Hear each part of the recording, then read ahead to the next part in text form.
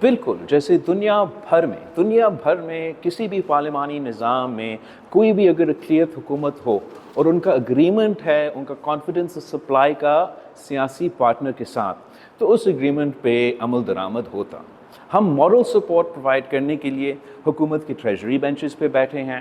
ہم in good faith Hare vote پہ negotiate نہیں کرتے ہیں، مگر ضرور ہم یہ دیکھنا چاہیں گے کہ جو ہمارا طے شدہ اگریمنٹ ہے اس پہ عمل درآمد کیا جائے، جو ہمارا انڈرسٹینڈنگز ہے اس پہ عمل درآمد کیا جائے، جو اہم لیجسلیشن ہے اس پہ پوری طریقے سے مشاورت کیا جائے گا.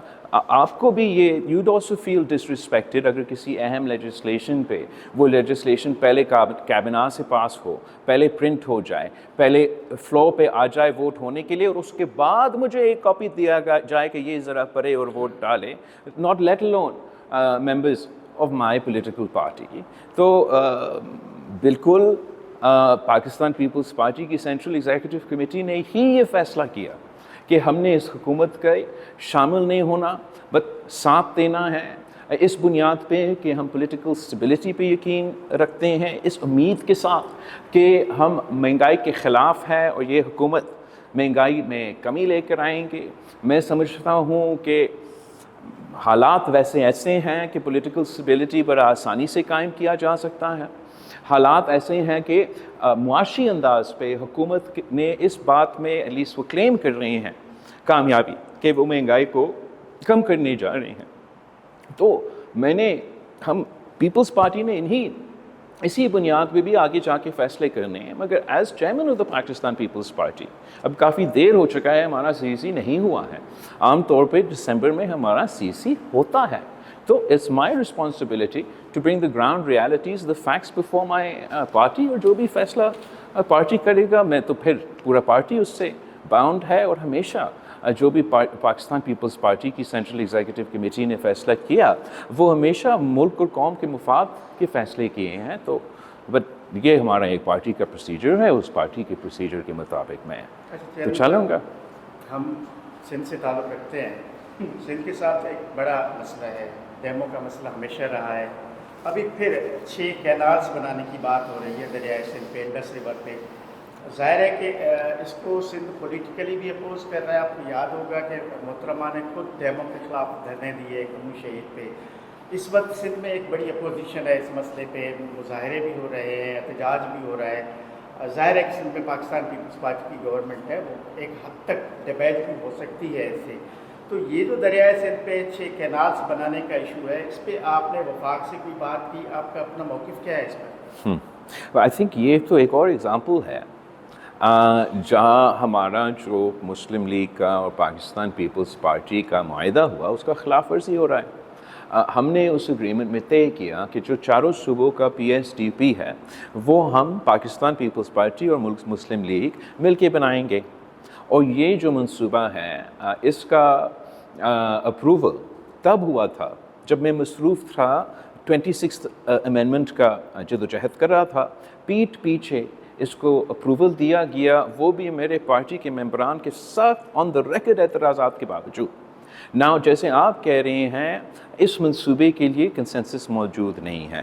جس طریقے سے حکومت آگے بڑھ رہے ہیں وہ تو اس پہ کنسنسس ناممکن ہوتا جا رہا ہے. میں سمجھتا ہوں کہ کنسنسس مختلف طریقے ہیں جس سے ہم اپنے بنجر علاقے کو زراعت کے لیے یا پینے کے پانی کے لیے پانی پہنچا سکتے ہیں. ہم نے ایسے بہت سے منصوبے تھر کے ریگستان میں لے کر آئے ہیں، RO پلانٹ سے لے کے سیلائن اریگیشن تک، جس پہ ملک کا کنسنسس بھی بن سکتے ہیں اور ہم پاکستان کے عوام کو کا پانی کا حق پہنچا سکتے ہیں. لیکن جو طریقہ حکومت اپنا رہا ہے اس پہ تو وہ کنسنسس نہیں ہے. جمیل صاحب، آپ جس طرح سے 26ویں آئینی ترمیم کرانے کے لیے متحرک نظر آئے، کیا 26ویں آئینی ترمیم کے بعد آپ کا جو عدالتی اصلاحات کا مشن ہے وہ مکمل ہو گیا؟ نہیں، اصلاحات reform is always an on going process. اور میں سمجھتا ہوں کہ جہاں تک 26th امینڈمنٹ ہے وہ تو ہمارا آغاز ہے. ہم نے یہ آغاز وفاق کی سطح سے کیا ہے، مگر یہ جدوجہد نامکمل ہوگا جب تک ہم لوور جوڈیشری میں، پروونشل جوڈیشری میں وہ اصلاحات نہ لے کر آئے۔ اور میں نے تو چیف منسٹر صاحب سے ریکویسٹ بھی کیا ہے کہ وہ رابطہ کرے چیف جسٹس سے، چیف جسٹس پاکستان سے، سینئر پیونی جج سے، کانسٹیٹیوشنل بینچ کا ہیڈ سے، چیف جسٹس سندھ سے، اور ان سے انگیج کرے کہ ہمیں ان پٹ دے، ہمیں گائیڈنس دے۔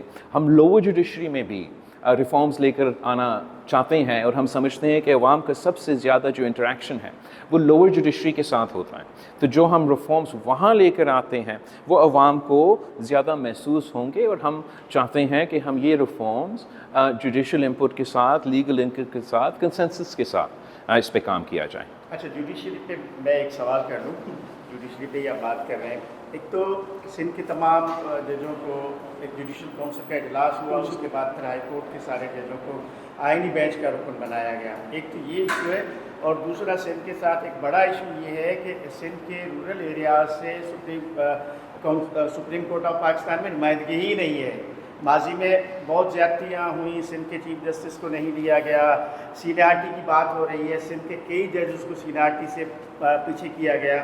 اب یہ مسئلہ ہے کہ ہماری سندھ کی نمائندگی نہیں ہے سپریم کورٹ آف پاکستان۔ بالکل نہیں۔ آپ کے دونوں سوال بہت امپورٹنٹ سوال ہے، جائز سوال ہے۔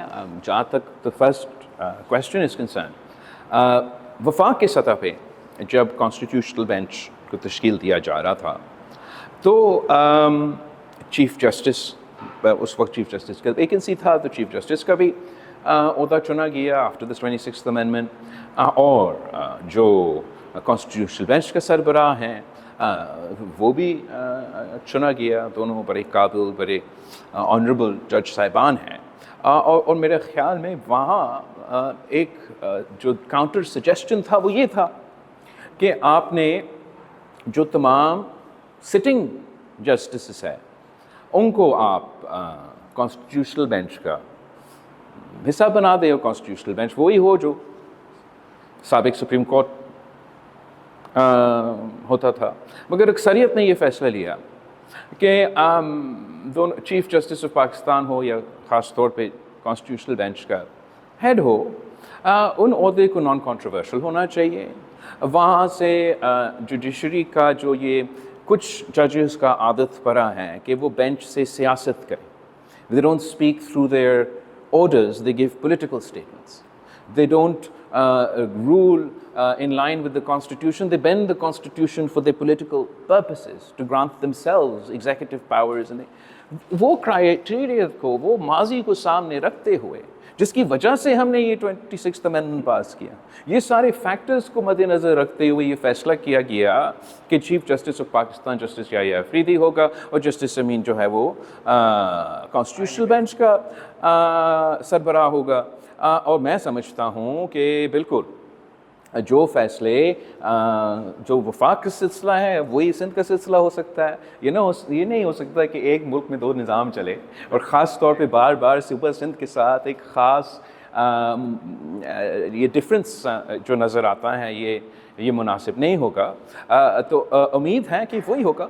ایک اور میٹنگ بھی ہونا چاہ رہا ہے، اور جس انداز سے فیصلے وفاق نے اپنے لے لیے ویسے انداز سے وہ فیصلے سندھ کے لیے لیتے ہیں۔ جہاں تک آپ کا دوسرا سوال ہے، بالکل چارٹر ڈیموکریسی کا کی کمپوننٹ یہی تھا کہ ہمیں انصاف کی ادارہ کا، سب سے بڑا انصاف کی ادارہ کا، آئین کی ترجمہ کرنے والا، وفاق کے ڈسپیوٹس کو سیٹل کرنے والا ادارہ میں برابری کی نمائندگی چاہیے۔